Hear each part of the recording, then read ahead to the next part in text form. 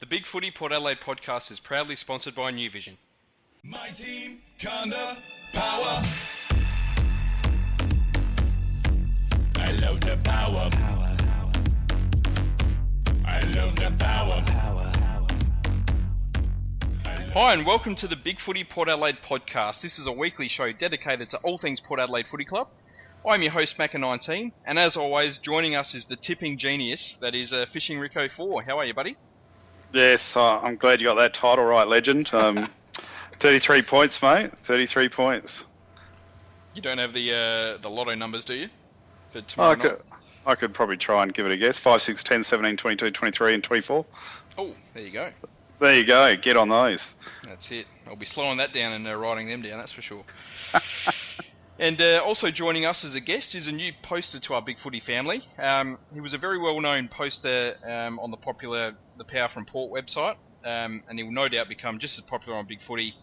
He was known as TeeKray 5889 over there, and now he's known as TeeKray. Welcome. G'day, gents. My pleasure to be on the podcast, and great to be making my debut on the back of a pulsating victory yesterday. What a win. I just want to give a big shout. Yes! Carlton Power! You bloody ripper. What a great way to start the season. Unbelievable, really. It's what we wanted. Well, yeah, and pretty much just picking up from where we left off last year in the way we won the game. Absolutely. Now, as we do with all the new members on the podcast, let's find out a little bit about your Port background and how you came to support the Port Adelaide Footy Club. Well, this could surprise some people, but I'm a first-generation Port Adelaide supporter. I'm a born and bred West Australian with no real connection to Adelaide or Port Adelaide for that matter. I was basically a young fella who didn't really have a team when I first started following the game, and Port were the new kids on the block, and it was Gavin Wanganeen and pretty sort of hip and happening at the time, and eventually got myself a Port Adelaide jumper, got it signed by Scotty Cummings. And Scotty Cummings, the great man Scotty Cummings, and the rest is history. I've been hardcore ever since. Beautiful. What's the first match that you can remember attending? First match I can remember attending, you're stretching my memory a little bit, but I think it was a game in the late 90s against Fremantle at the Macca ground, of all places. Yep. It was, I don't know if you gentlemen can remember it, but it was a real close game all night. There were probably only 1 or 2 goals in it all night, and I think we came away with a win by about a goal or so in the end. Yep. Remember it? 1999 that was. I remember Fabian Francis and Stewie Jew kicking a couple of late goals and getting us over the line. Couple of goals from outside 50, no doubt. And I remember it started really, really late, and the game actually finished after midnight South Australian time. Yeah, the time delay. As you did back then. Yes.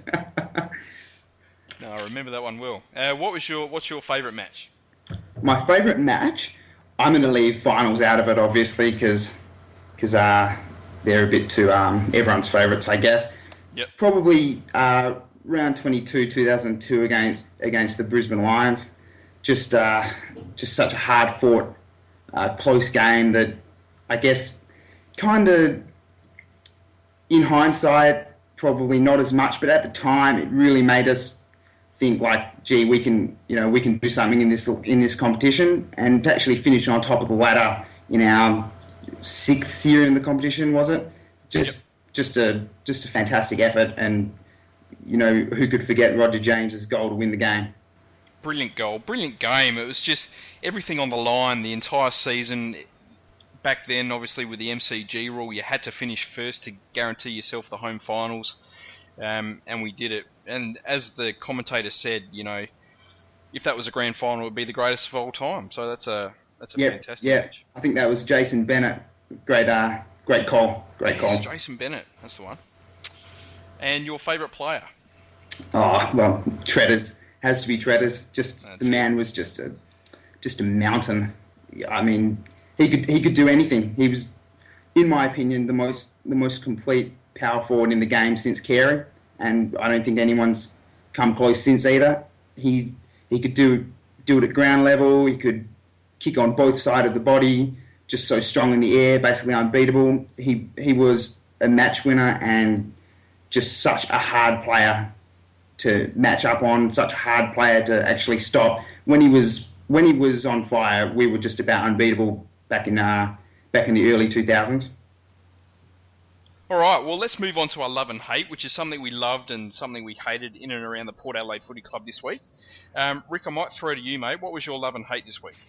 Yeah, I love the win under pressure, guys. I thought it was fantastic in the first game. We all knew how important it was that we really stood up to the plate after last season, and to fall behind, which we were sort of probably expecting, and then we came back, and then Carlton made their charge again and took the lead. But our boys had that belief and really pushed through the game, and with our superior fitness that everyone's now talking about, got us over the line. But it was the composure in that last quarter as well, let alone the fitness, which really blew Carlton off the park.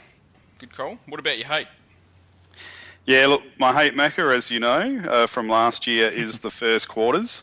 The good sides are not going to let us come back like that. And if that was against Freo or Hawthorn, it might not have been 3 goals. It might have actually been 6 or 7 goals. And against those sides, you can't give them that sort of leg up. And our inability to just get possession and for our key players to stand up for a fair chunk of a quarter is not good as a team. And Lobie really lacked any influence at the beginning of the game, and we need to do something there to really change this first quarter around. But I don't know how the boys are going to do it. Very good. Now, TeeKray, what was your love and hate for this week, mate? I'm gonna throw a bit of love Angus Monfrey's way.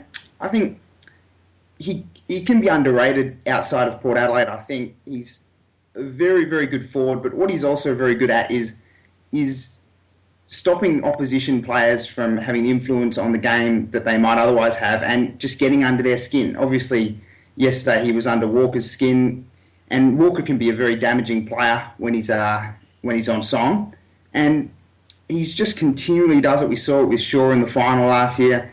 He really can get under an opposition's player's skin and do it in a fair and legal manner, not Valentine throwing a few jabs or anything. He really does have a way of getting under players' skin and also contributing to the scoreboard and to the game himself. So I thought he was very good again yesterday. Yep, got to agree with that. I thought he was very good, and again he was sort of playing further up the field and delivering into the forward 50, which I do like him in that role. What about your hate? My hate, and I'm probably a bit of a broken record to some posters probably over from TVFB, but I just cannot stand the split rounds, the buys. I'd just like to see 9 games of footy every weekend and none of this Sunday night rubbish. Just give me a game on Sunday afternoon, and it's just, I just don't get it, how we could have a game on Sunday night without any other games during the day and only 4 games on the whole weekend. To be honest, even though we had a great win, it feels like our season's not actually starting until the showdown. No, that's it. My love for this week is, it's got to be Justin Westhoff in that massive second quarter. I mean, that was Treadray-like. I think he had 10 disposals, 6 marks and 4 goals. Incredible. In about 15 minutes of footy. Just such a dominant display. I mean, as I just said, we haven't really seen that sort of dominance. I don't think we've seen that sort of dominance from almost any key forward in the last 5 or 6 years in a quarter of footy. Just the way that he single-handedly wrestled us back into the contest, it was great to see. You got to love the Westhoff. It's a pity he got knocked out, Andrew Walker, you dickhead.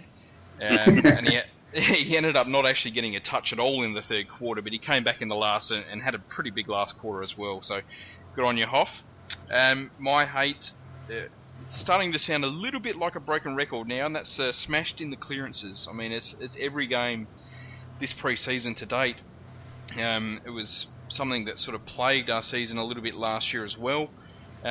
We've just got to find a way to start well, and also to find a way to get our hands on the ball early. I mean, we just Lobie just wasn't with it in the first half at all. I think at some stage in the first quarter, when Carlton were really on top, it was something like 10-2 in the clearances, and that's just not good enough. Not with a couple of All Australians around the ball. I think we had Wingard in there and Boak, and someone, a clearance specialist like Wines as well. We just couldn't find a way to win the taps and also get it going in our direction. We got away with it this week. We might not get away with it in the showdown or later on in the year as well. Yeah, something to an area of improvement, that's for sure. I mean, I think we were middle of the road for clearances last year.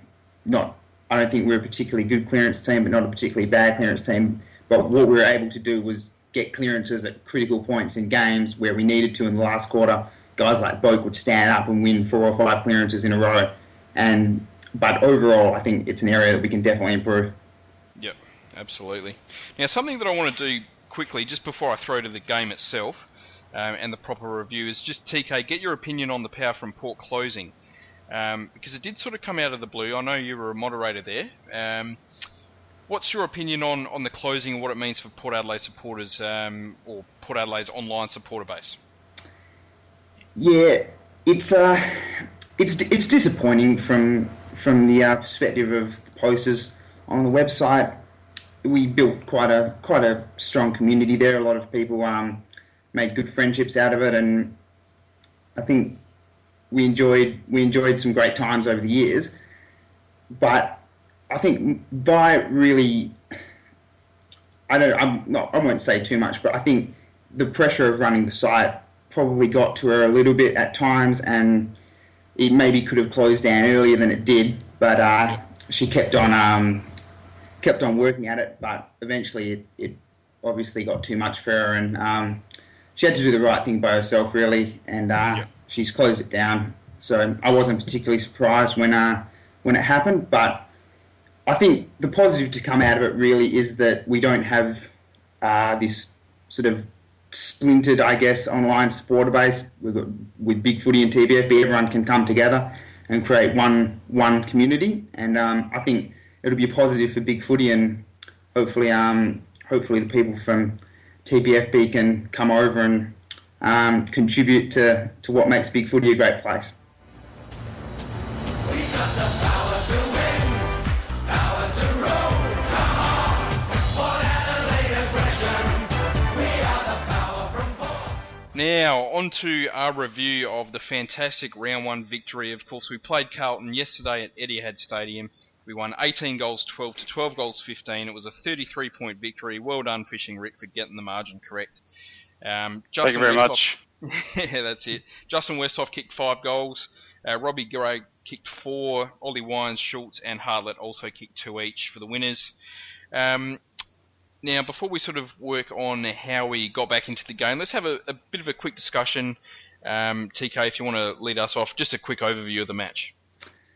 Well, as would be no surprise by now, we started the game real slow.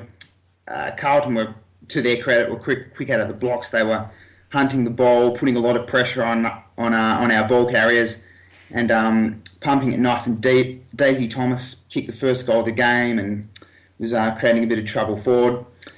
And we just basically, as Macca said before, couldn't really get our hands on the ball at the stoppages, and that really makes it hard to get any momentum in the game when you're constantly defending. I think quarter time came and we kind of regrouped. Obviously came out after quarter time and Westhoff started to turn it on, took a lot of important marks forward, started to kick some goals, and I think we started to get some ascendancy around the ground and just started to be a bit more patient with our ball use. And sort of throughout the game after that, I thought we actually dominated in large parts for the second, third and fourth quarter of the game. I think the umpiring at times put us on the back foot, and I'm not normally one to use the umpires as an excuse, but they were making it difficult for us at stages by just plucking out some rather obscure free kicks that were perhaps a little bit ticky touchwood. Yep. But after that, I think Wines was really important for us. And then by the last quarter, we were just running all over them. Polec came into the game, Wingard came to the game. Broadbent was injected off the sub bench, and we just ran away with it. And it was just good to see how our fitness advantage that we had on the competition last year doesn't seem to have subsided. Let's talk a little bit about how we sort of struggled to begin with, though, because especially on the scoreboard, we were behind for around about 70% of the game, even though we had control of the game for probably a little bit more than maybe about 50% of the game. But where did we really struggle? What went wrong in that first quarter? Well, we couldn't get our hands on the ball for a start. We were constantly defending, constantly on the back foot, and then when we were able to get it, Carlton were pressuring us, and we just couldn't hit any targets going forward. Do you think it was a midfield setup issue, like the way we were sort of setting up? It's hard to tell. I don't think our setups would have changed too much throughout the game, but I think it was just our ability to get our hands on the ball. A lot of the time it can be overcomplicated, and it's just a matter of actually going in there and going lower and harder and getting your hands on the ball. I thought Ollie Wines was the only player on the team who was willing to do that in the first quarter, but once the game got going, I think a few of the others started to chip in, and it makes your midfield, your setups at the stoppages look a whole lot better when your players are actually going 100%. That's it. Rick, what do you think, mate? Oh, look, I think it would be nice to have been at the game, actually, to see how Carlton structured up defensively with their zone defence. And if anyone on the forum was at the game, I'd love to hear about it in the first quarter, because, I chart plotted the inside 50s for us, and all of them came, bar one, down the left wing, and we only had, I think, 6 or 7 inside 50s in the first quarter. So, and they were pretty shallow and into that left pocket. So, to me, it looked like Carlton really corralled us with our forward 50 movement to one side of the ground. In addition to that, we definitely were over-possessing the ball when we did have the ball, and we were looking for one too many handballs in that chain instead of just sort of handball, run, kick. And therefore Carlton, with their fantastic pressure early on, were able to really pressure our ball carriers and cause those turnovers. In addition to that, Lobie got smashed in the ruck. Let's not make any excuses about it. I don't know, it's strange. Sometimes his ruck work, he just looks like he's just standing there and just waving his two hands in the air and sort of hoping that one of them will hit the ball. But Warnock got smashed, and it wasn't until Trengove came in the ruck after about 10 minutes that he sort of started to change the clearances for us a little bit in the contest, in the ruck at least. And I know a lot of people don't agree with me about Trengove being a ruckman, but at least he aggressively runs at the ball, he has a natural leap, and he gets a tap. Whereas Matty doesn't seem to time his jumps too well, and he doesn't seem to really position himself that great in the ruck contest either. And again, in our centre squares, ball up situation that first quarter, I don't believe our players actually were maybe structuring themselves too well either for losing the taps, and because they should have, because Matt was just getting smashed left, right and centre. So I think there was a bit of Carlton good work in their structure and their pressure, and we probably didn't switch on fast enough to our detriment, which put us behind the 8 ball. I think the thing that impressed me the most about Carlton's start to the game was just the way that they completely bullied us around the ball. It was the stoppages, it was the hit-outs, it was the clearances, it was crunching tackles. I mean, as you said, the pressure was intense. They went absolutely 100% at us to try and get a big lead at the quarter-time break. Maybe they thought that they couldn't run out the game as well as they expected us to, so they were hoping to get a big lead on the board to try and keep that. I'm not too sure, but I mean, I think it was 35-53 in the contested possessions at quarter time, and that's just a smashing. I know that there was talk during the week about how a lot of people sort of didn't see how Carlton could bully us in the midfield, but they absolutely did at that time. It did change a little bit after that, and as you said, Trengove went into the ruck, especially at the start of the second quarter, and really started to turn the game. I don't think he's probably big enough or strong enough to become a full-time ruckman, but certainly he's proven time and time again in victories that throwing him into the ruck can be such a crucial thing at really important times of the game. Yeah, I think what Trengove does well is he changes up our approach. Sometimes I think Lobie can he can get almost bullied by some of the bigger ruckmen, and I'd include Warnock in that category. What Trengo is able to do is he comes in and gives that point of difference. He'll just run at the ruckman, he'll hit him hard, he'll put his knee up, and he'll fight for the ball once it hits the ground. He gives us a physical presence in there, which I don't think Lobe's a good tackler. He's a decent ruckman, but I don't think he really is a physical ruckman in the true sense, like a Matthew Primus was or a Dean Brogan. He's more of he likes to jump and tap the ball to one of his mids, and I think Trengo is able to get in there and give us a physical presence, shake it up a little bit, and I think that's why he's time and time again he's been able to sort of turn things our way at the clearances. I think it's interesting talking about momentum and after what I was doing last night, but both teams really dominated inside 50s. I had a run on, and there was quite a few occasions where, we were getting, we had our patch of 6 or 7 inside 50s in a row, and then Carlton took them. And as you saw from my text last night, Macca, in our second quarter, the main difference between Port and Carlton with the momentum was all our inside 50 entries were just inside or at the top of the 50-metre arc, so we weren't going deep.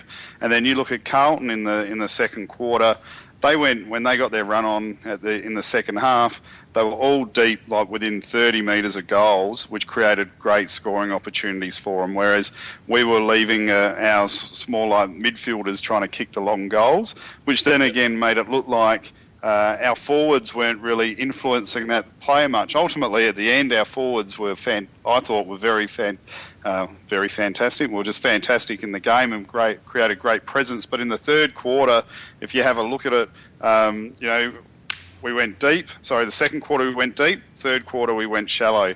Makes a massive difference to our scoring opportunities and bringing those forwards into the game. And it's just something we've got to look at when we're bringing the ball inside 50, that we make sure we hit that 30-metre spot. And I think it was in the commentary last night as well, though. Someone was talking about the stats about not only getting the inside 50, but now the inside 30, because that is the real key target. Absolutely.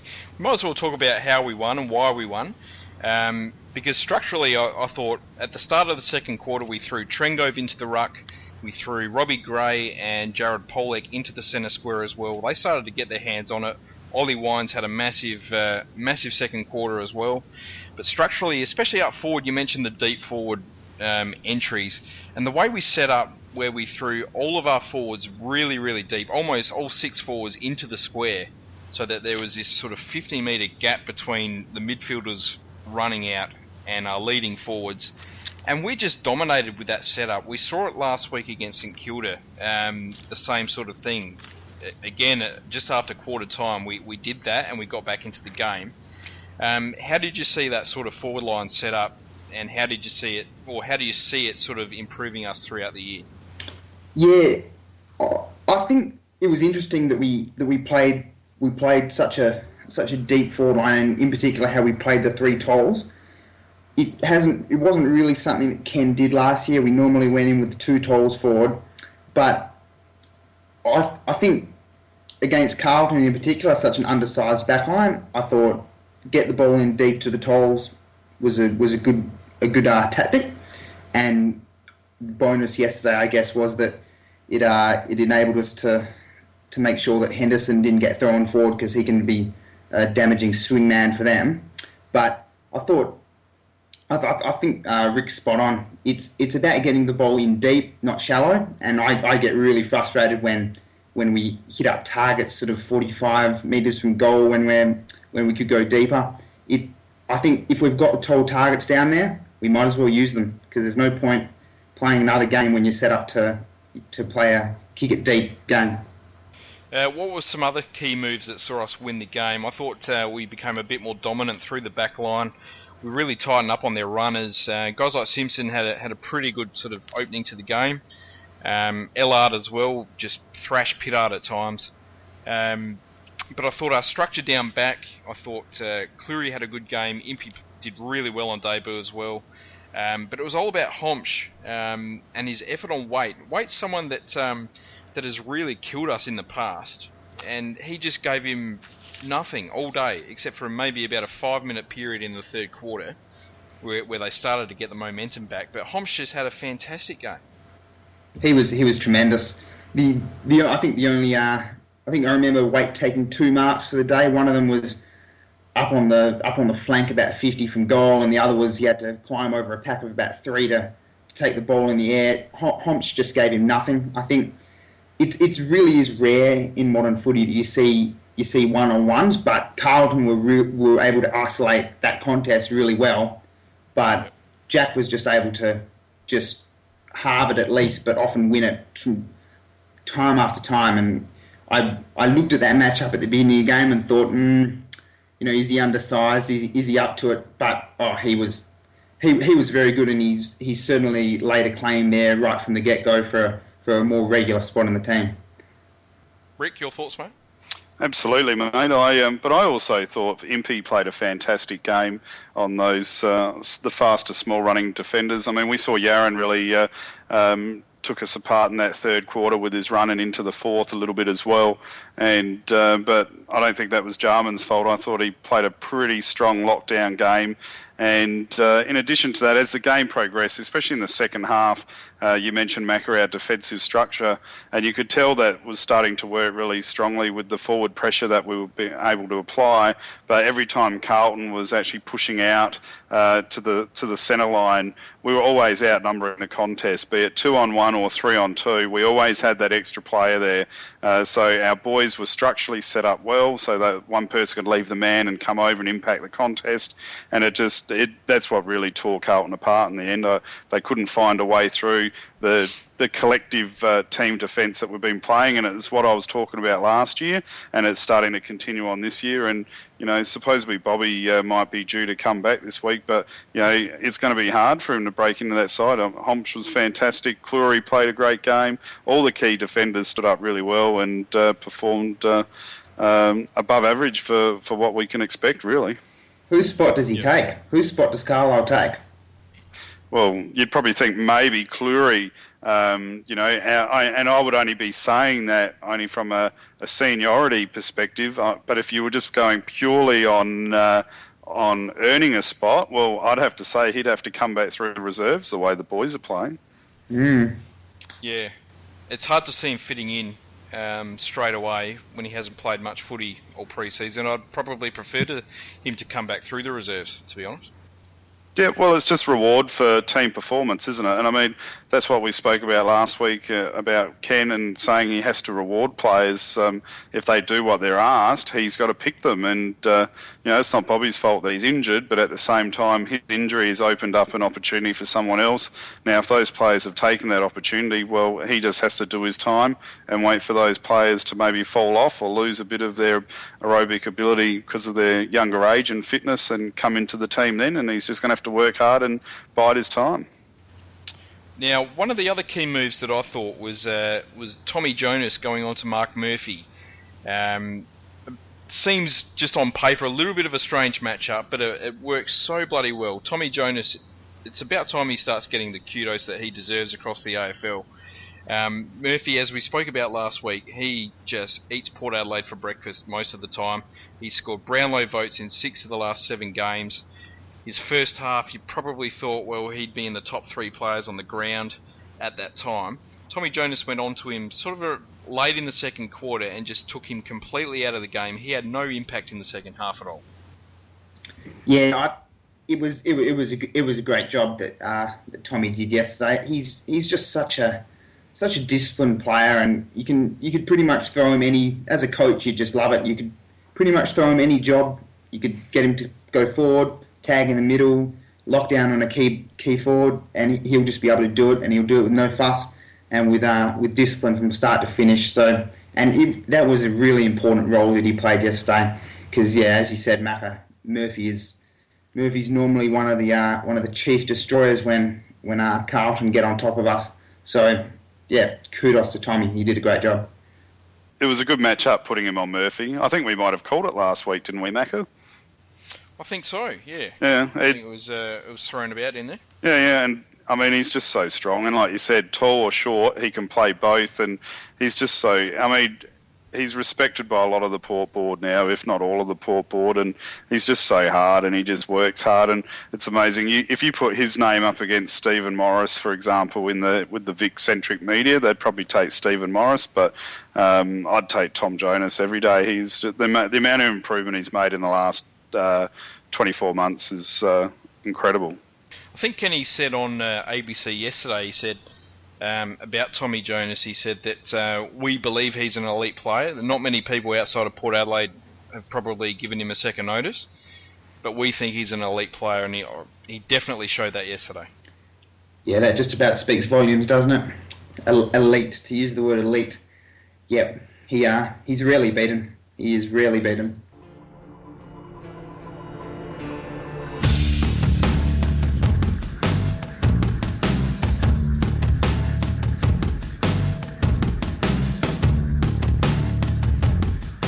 Now, what about our best players? We'll go through them now. TeeKray, do you want to give us your best player list?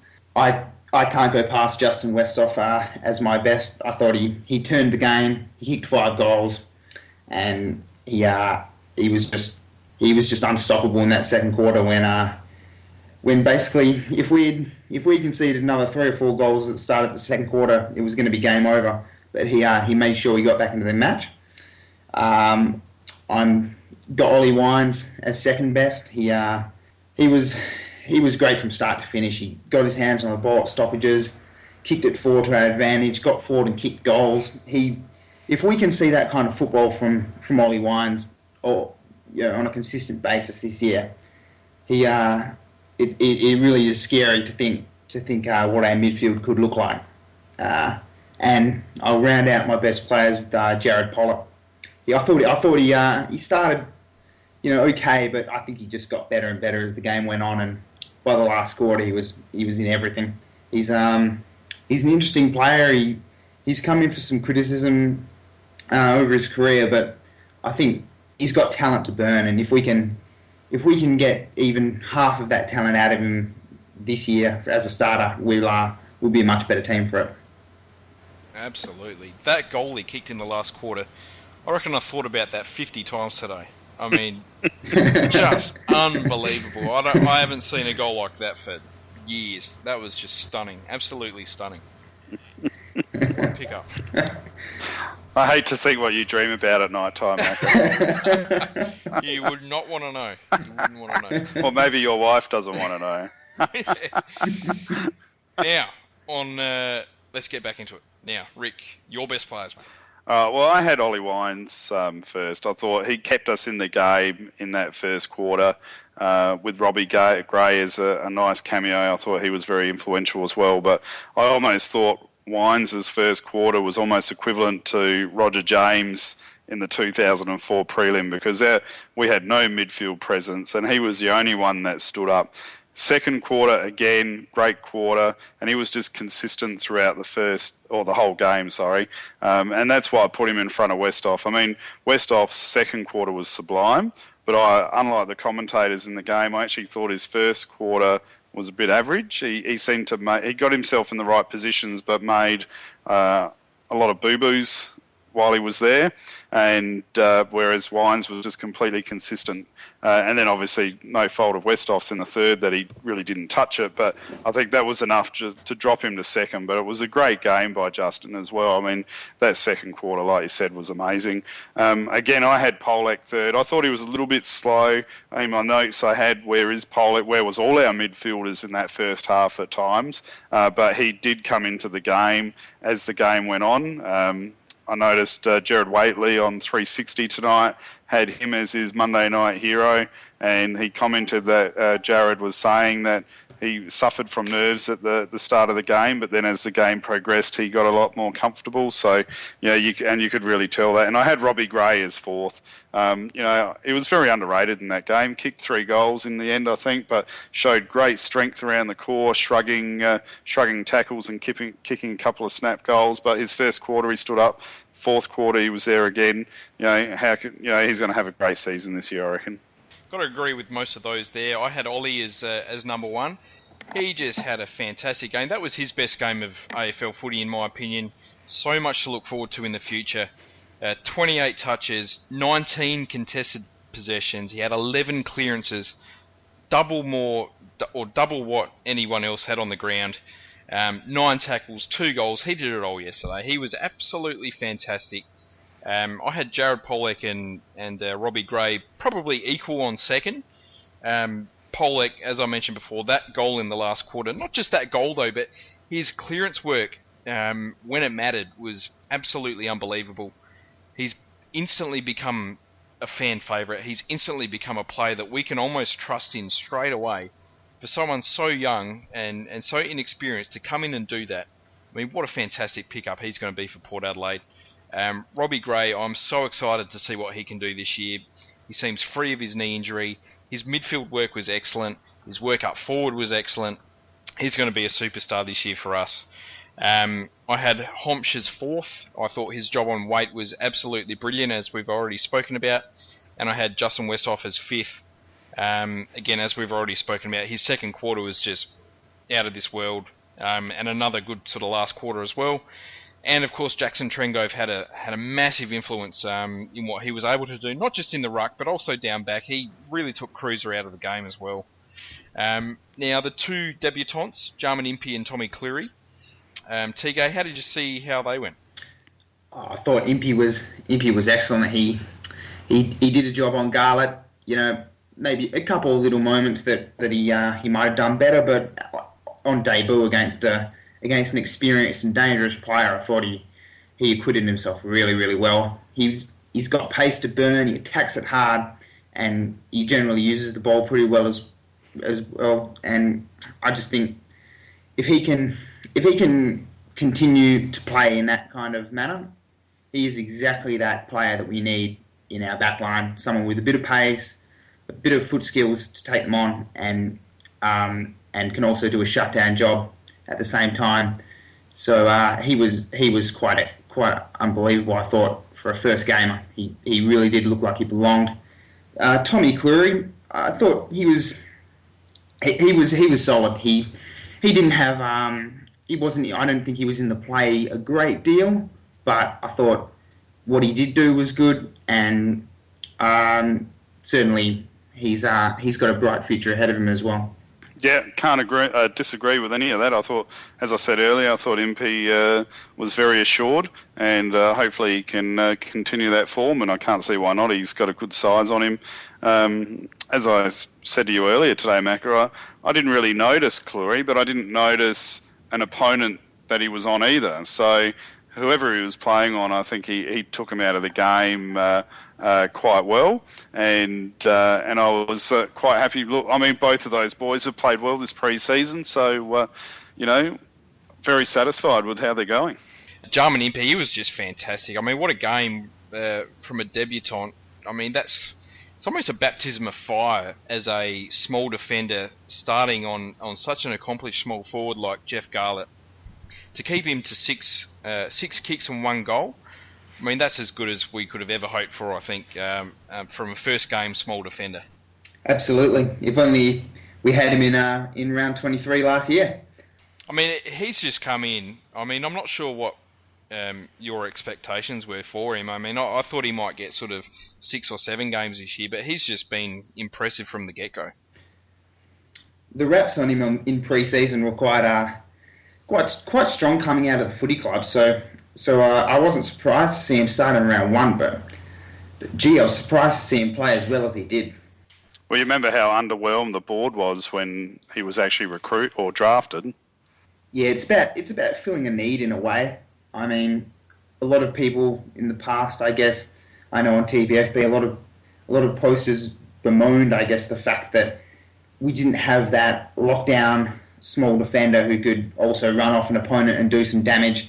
And I think possibly the club looked at that and thought this guy could suit us and fill that need. So he's looking like a good recruit at this stage.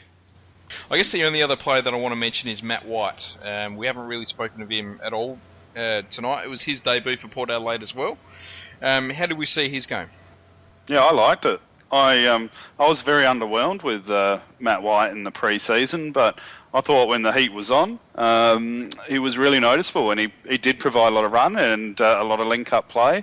And obviously he got exposed in one of the commentaries in relation to not following his player too well and had a brain fade. But everyone has mistakes in a game. It's just going to happen. But I thought overall his influence was quite noticeable, and I was very happy and satisfied with what he provided. I tend to agree. I like what he provides. My only question mark on him, and I hope he proves me wrong throughout the year, but from his time at Richmond, it's not what he does that's the problem. What he does is very good. It's what he doesn't do. He doesn't have a big influence on the game consistently. He doesn't have those quarters where he gets 9 or 10 touches like a Gray will and 3 or 4 shots on goal. He just kind of just floats through games and has an impact without really ever dominating a game in that sense. So, but it'll be interesting to see what he can do throughout the year, because I think Kenny likes him, and I'm sure he'll get plenty of opportunities. Yeah, for me, he's kind of a nearly player. You know, he nearly kicks the goal. He nearly does this. He nearly does that. Sometimes he puts it together. Sometimes he doesn't. I was a little bit critical after the game of him last night. I think it was maybe a little bit unfair. I watched the replay again after I did my review last night, and he was very good at what he did. I guess, as I said, he nearly kicked a couple of goals. Just, you know, if he kicked those goals, he's there to impact the play. He's got to kick those goals for us this year. I'm not even sure if he's actually kicked a goal yet through the pre-season, but if he kicked a couple of those goals on the run, he would have probably pushed into my top 5 in the end. You talking about Matt White or John Butcher? Oh, you could almost swap them, really. Hey? You can almost swap them. I mean, Johnny Butcher's the same. He almost takes the grab. He almost kicks the goal as well. Johnny Butcher was someone that I wanted to discuss as well, because he was pretty heavily criticised on our board last night, I thought. But I thought he had a pretty good game, to be honest. What he provided, especially in the second half, especially in the last quarter, was fantastic. I thought he was one of the keys to our last quarter victory. Absolutely. I was very happy with him, and as other people have pointed out too, it's not always what he's doing, but it's the attention that he'll be taking off of Westhoff or Shields and allowing them not to have the double teams. And, you know, he might not have taken all of those marks, but that will come. But he created a lot of contests, and he brought the ball to ground, and outside of marking, kicking goals, that's what we want our forwards to do. He straightens us up. There's no doubt about it. He's he gives us that target. He can play deep. He can get out and run up onto the wing and take marks. He can do a lot of the things that a guy like Schultz can't really do. Schultz is quite limited because he's not the quickest player going around, and he's not that tall. But Butcher demands some attention from the opposition, and I think we're a better team just for him being there. But you're lying if you say that you wouldn't like him to slot a few of those goals that he misses from time to time. Absolutely. I think our 3 key forwards took 21 marks and kicked 8 goals between them last night. And if they do that every week, I mean, that's quite a good output, I think. Absolutely. There's not too many teams in the AFL that can boast that kind of forward line. If Butcher can stand up and produce some good footy throughout the year, we've got a really dangerous forward line. I almost want to have a kind of a Mark Thompson, leave him alone moment with Johnny Butcher, because sure, he missed a couple of goals, but I mean, one of them hit the post, the other was from about 52 metres out, and not many key forwards would have kicked that one anyway. It's just always going to be this rolling drama of whenever he misses a goal, no matter how difficult it's going to be, he's going to be criticised for it. Yeah, I think there was a time... Yeah, go Rick. No, you're right, mate. Yeah, I think there was a time when Treaders, for instance, was criticised for a lot of his set shots, but really it's up to John to actually fix that, fix his ball drop, start slotting the easy ones, and eventually people will get off his back. Anything else that you guys want to bring up? Maybe Darren Burgess. I just can't believe that we still appear to have a jump on the competition in the fitness stakes. It's quite unbelievable. I've heard the commentators talking about it perhaps being a bit mental, but it really is obvious how much better we run out the game than other teams, and it is just a huge advantage for us.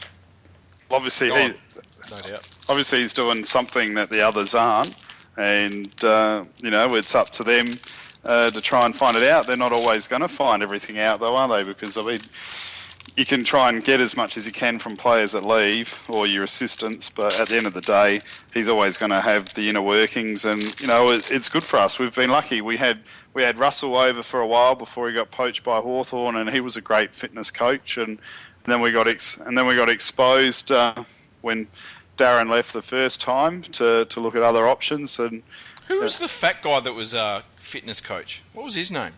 He was only there for a year or two. He had man boobs. I thought, how is this guy going to get us fit? I think he went up to Brisbane in the end. I can't remember his name. I think we got him. It wasn't Cam Falloon. It was the one before that. Can we Google it? Fat guy that coached Ports Fitness. Probably could. God bless Darren Burgess. That's all I have to say.